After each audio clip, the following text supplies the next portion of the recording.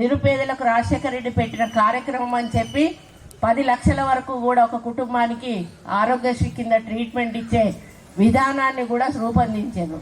ఇవన్నీ ఇస్తే ఈరోజు టీఆర్ఎస్ అంటారు కదా, ఏమై 2500 ఎప్పుడు ఇస్తారు? అయ్యా బాబు, మీరు నెలన్నరేనయ్యా మేము పరిపాలించింది, ఇంత లోపల ఎన్నికల కోడ్ వచ్చింది. మీరు 9.5 సంవత్సరాలు పరిపాలించిండ్రు. మీరు 3,000 రూపాయలు నిరుద్యోగ భృతి ఇస్తా అని ఇచ్చిండ్రా? డబుల్ బెడ్రూమ్ ఇల్లు ఇస్తా అని ఇచ్చిండ్రా? 3 ఎకరాల భూమి ఇస్తా అని ఇచ్చిండ్రా? ఇట్లా చెప్పుకుంటూ పోతే కోకొల్లలు. ఆ ఒక 2,500 ఇస్తలేరు, 2,500 ఇస్తలేరు అనేటువంటి మాట పట్టుకుంటా ఉన్నారు. అప్పుడేమో ప్రభుత్వం టైం అయిపోలేదు కదా, ఇప్పుడే కదా మా ప్రభుత్వం టైం మొదలైంది. ఈ ఎలక్షన్లు అయినాక మళ్ళీ మేము కార్యక్రమాలు తీసుకుంటాం కదా, తప్పకుండా మేము ఇచ్చిన హామీలను నెరవేరుస్తాం కదా. మేనిఫెస్టోలో పెట్టిన ఒక్క హామీను మర్చిపోకుండా అమలు చేసే పార్టీ ఏదైనా ఉన్నదంటే అది కాంగ్రెస్ పార్టీ. గుర్తుపెట్టుకోండి, ఇవ్వగలిగిన హామీలనే మేనిఫెస్టోలో పెడతాము, అవి అమలు చేస్తాము. ఇక కొంతమంది మరి టీఆర్ఎస్ నాయకులకు నాకు తెలిసి ఓడిపోయినాక ఈ మెదడు మోకాళ్ళకు జారి మోకాళ్ళ నుంచి అరికాళ్ళకి వెళ్ళిపోయినట్టున్నది.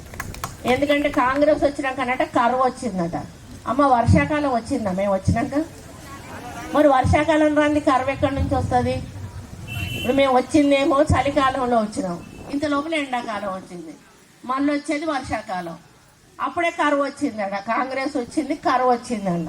మరి వాళ్ళు తెలివి ఉండి మాట్లాడతారా, తెలివి లేక మాట్లాడతారా? మీరు ఆలోచించుకోండి. వర్షాకాలం వర్షం వస్తుంది, వర్షాకాలం దాటినాక అప్పుడు వర్షాలు పడకపోతే వర్షాలు రాలేదు, ఇలా కాంగ్రెస్ వాళ్ళ కాలు పెట్టిండ్రు, వర్షాలు రాలేదు, కరువు వచ్చింది అని వస్తుంది. మరి వాళ్ళ కాలంలో ఏం జరిగింది?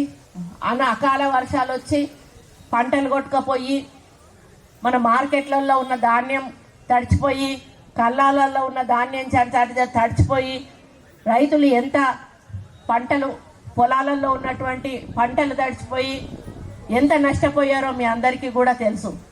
ఏ ఒక్కరికన్నా ఒక్క రూపాయి నష్టపరిహారం ఇక్కడ వచ్చిందా చెప్పండి అమ్మ? రాలేదు, ఇవ్వలేదు. ఈరోజు అన్నాడు ఎండిపోయిన పంటలకు ఎందుకు నష్టపరిహారం కట్టవు నువ్వు? మనం వద్దన్నాం, అక్కడికి నీరు అందదు, మీరు వేసుకోకండి, రైతులు బాధపడతారు అన్నా కూడా రైతులు కొన్ని చోట్ల వేసుకున్నారు, పంట వాడిపోయింది. కానీ అది మా వాళ్ళు ఎండిపోలేదు, దాన్ని మాకు కరువు వచ్చి ఎండిపోయిందని కాంగ్రెస్ పార్టీ మీద నెడతా ఉన్నారు. టీఆర్ఎస్ నాయకులు 9.5 సంవత్సరాలు దోపిడీతోటి దోచుకు తిని మీ పైసలన్నీ కూడా కోట్ల రూపాయలు వాళ్ళు దండుకొని మీకు ఇండ్లు కానీ రేషన్ కార్డులు ఇచ్చిండ్రా అమ్మ? రేషన్ కార్డు దేనికి? మనకు రేషన్ కార్డు కావాలి. ఒక్క రేషన్ కార్డు అన్న ఇచ్చిండ్రా? భార్యాభర్తలు ఇద్దరు ఉంటే ఒక్కరికి పెన్షన్ ఇచ్చిండ్రు, ఒకరికి కట్ చేసిండ్రు. వాళ్ళిద్దరి మధ్యలో పంచాయతీలు పెట్టించారు ముసల్తనానికి. ఈ విధంగా మనల్ని ఇబ్బంది పెట్టుకుంటూ మరి పరిపాలించి కనీస అభివృద్ధి కూడా లేకుండా వాళ్ళ కుటుంబం మాత్రం బాగుపడి కోట్ల రూపాయలు దండుకొని మరి ఆ కోట్లు ఎక్కడ పెట్టుకోవాలో తెలియకపోతే పాపం ఆమెకు ఎక్కడ పడితే ఇబ్బంది అవుతుందో అని మన కవితక్కని తీసుకుపోయి జైల్లో పెట్టారు. పాపం బయట ఉంటే పైసలు చదువుకుంటానికి ప్రాబ్లం అవుతుంది అని ఆమెకి. ఇప్పుడు ఏ రండి లేదు, ప్రశాంతంగా జైల్లో పైసల గురించి ఆలోచించకుండా పండుకునేటానికి మరి లిక్కర్ స్కామ్లో ఆమె పోయింది. ఇక 2 రోజులు అయినాక ఇంకా బయటికి చాలా మంది వచ్చేటోళ్ళు ఉన్నారు. వాళ్ళు ఎంత దుర్వినియోగం, మనకి ఇంకో 4 రోజులు పోతే దొరుకుతుంది. ఇప్పటికీ కూడా వాళ్ళ అహంకారం తగ్గలేదు.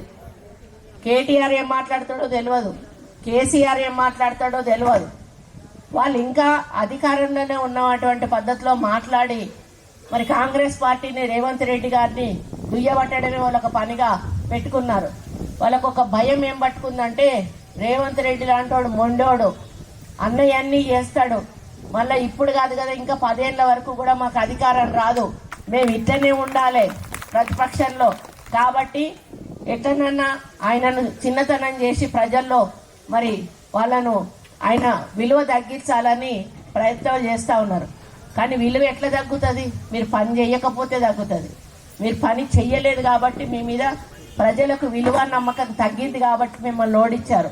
ఈరోజు రేవంత్ రెడ్డి గారు అహర్నిశలు పనిచేసి నిరుపేదల అభివృద్ధి సంక్షేమమే ధ్యేయంగా ఆయనకు ముందుకు పోతున్న విషయాన్ని ఈ సందర్భంగా నేను గుర్తు చేస్తూ ఉన్నాను. కాబట్టి మీరందరూ కూడా టీఆర్ఎస్ అనే పదాన్ని మర్చిపోవాలి. ఎందుకంటే టీఆర్ఎస్ పార్టీ కంప్లీట్గా క్లోజ్ అయిపోయింది. ఎవరైతే కేసీఆర్ చుట్టుపక్కల ఉండే ముఖ్య నాయకులు ఉన్నారో వాళ్ళు తప్పితే వాళ్ళ కింద క్యాడర్ అనేది కానీ ఎవ్వరు కూడా కార్యకర్తలు అనేవాళ్ళు లేరు. 100% ఈరోజు టీఆర్ఎస్ బొంద పెట్టబడింది అనేది తెలియజేస్తా ఉన్నాను. ఇక ఆ పార్టీ కోటేయకండి. ఇకపోతే బీజేపీ పార్టీ, నువ్వు టికెట్ ఈ నుంచి హైదరాబాద్ పోవడానికి ఇంతకుముందు 100 పెట్టేదానికి అనుకో, వాడు 200 పెడతాడు. 200 పెడితే సచ్చుకుంటే నువ్వు 200 కట్టి పోవాల్సిందే. వాడు గవర్నమెంట్కి ఏం పైసలు ఇవ్వడు, ఆ వచ్చిన పైసలన్నీ వాడే తింటాడు. ఎందుకంటే అమ్మేసినాక మనకు దాని మీద అధికారం ఉంటుంది. నీ ఇల్లు ఉన్నది, నీ ఇల్లు అమ్మేసుకున్నావు, నువ్వు 5,000 కిరాయికి ఇచ్చుకునేదానివి, నువ్వు అమ్మినాక ఆమె 10,000 కిరాయికి ఇచ్చుకున్నది. ఆ 10,000లో నీకేమైనా పైసలు ఇస్తుందా? కొన్నారా? ఇయ్యదు కదా. అట్లనే మన ప్రాపర్టీలన్నీ ఈరోజు బీజేపీ వాళ్ళు అదాని అమ్మానీలకు అమ్ముతా ఉంటే రేపు మన మీద పడతాయి ఆ పైసలన్నీ. ఇక్కడ వ్యవసాయం చేసిన వాళ్ళు కూడా ఉన్నారు. రేపు మీ భూములు కూడా అదానికి అమ్మానికి కట్టబెడతాడు. కట్టబెట్టి మీకు ఇంత ఇస్తామనే మాట చెప్తాడు. తర్వాత ఆ పంట ఏమేయాలి, ఎరువులు ఏమేయాలి, ఏం చేయాలి, ఏ మెషిన్ తెచ్చి దాన్ని దున్నాలి, అవన్నీ కూడా వాళ్ళే చేస్తారు. చేసినాక ఎన్ని లక్ష రూపాయలు వచ్చినా సరే నీకు 50,000కు మాట్లాడుకుంటే నీకు 50,000 ఇస్తాడు, 1,00,000 ఇయ్యాడు. అందులో నువ్వు కూలీ దాని లెక్క నువ్వు పోయి మళ్ళా ఏదైనా పని ఉంటే, మనుషులు చేసే పని ఉంటే కూలీ పని చేయాలి. అంటే నీ సొంత భూమి కూడా నీకు హక్కు ఉండదు. రేపు మళ్ళీ గవర్నమెంట్ బీజేపీ వస్తే నేను చెప్తా ఉన్నాను. కాబట్టి అటువంటి బీజేపీ వస్తే మనం మొత్తం కూడా నష్టపోతాం. ఇదివరకు రజాకార్లు మన బ్రిటిష్ వాళ్ళ గురించి మీకు తెలుసు. సేమ్ అదే పరిపాలన మళ్ళీ మనకు రాబోతా ఉంది. అది రాకుండా ఉండాలి అంటే మనం బీజేపీని ఓడగొట్టాలి. ఇక్కడ అమ్మాయిలు చదువుకున్న వాళ్ళు ఉండే ఉంటారు.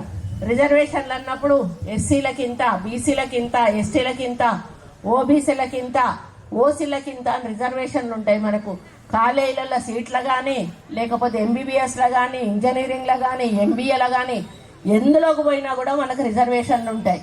వాళ్ళు సాఫ్ మైనార్టీస్ కూడా వాళ్ళు సాఫ్ సీదా ఏం చెప్తారంటే, మా బీజేపీ ప్రభుత్వం అధికారంలోకి వస్తే రాజ్యాంగాన్ని మారుస్తాం.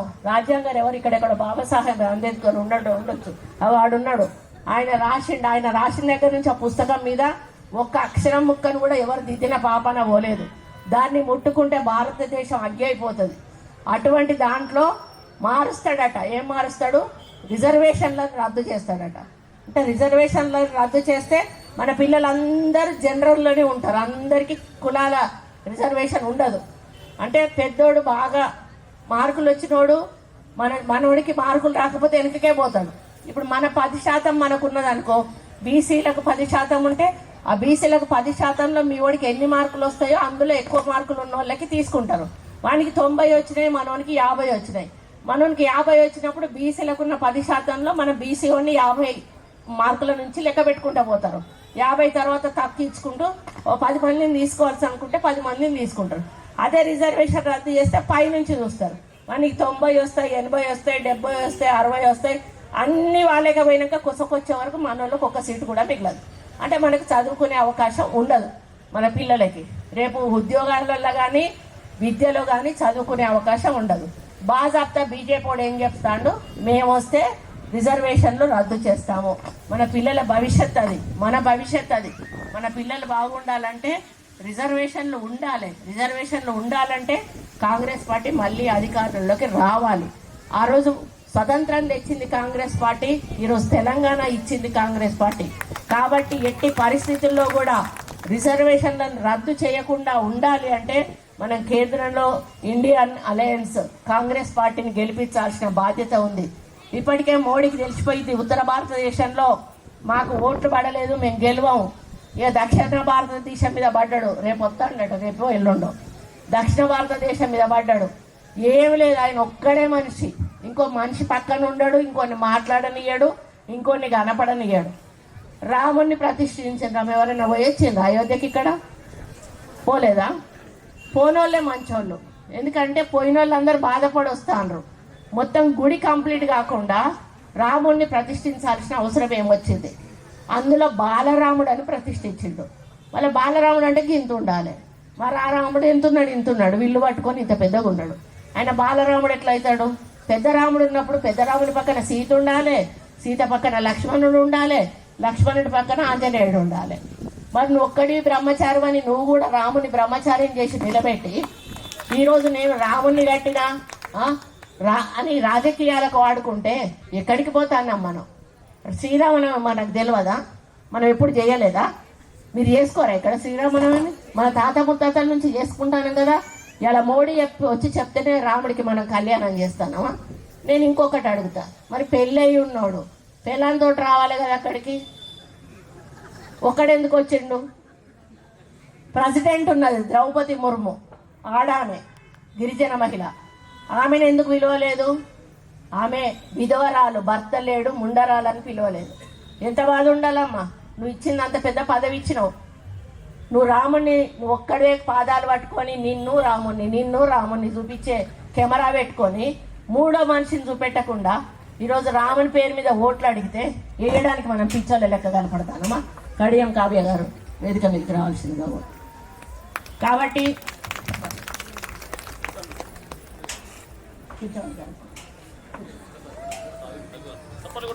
అందరూ కూడా జై కాంగ్రెస్.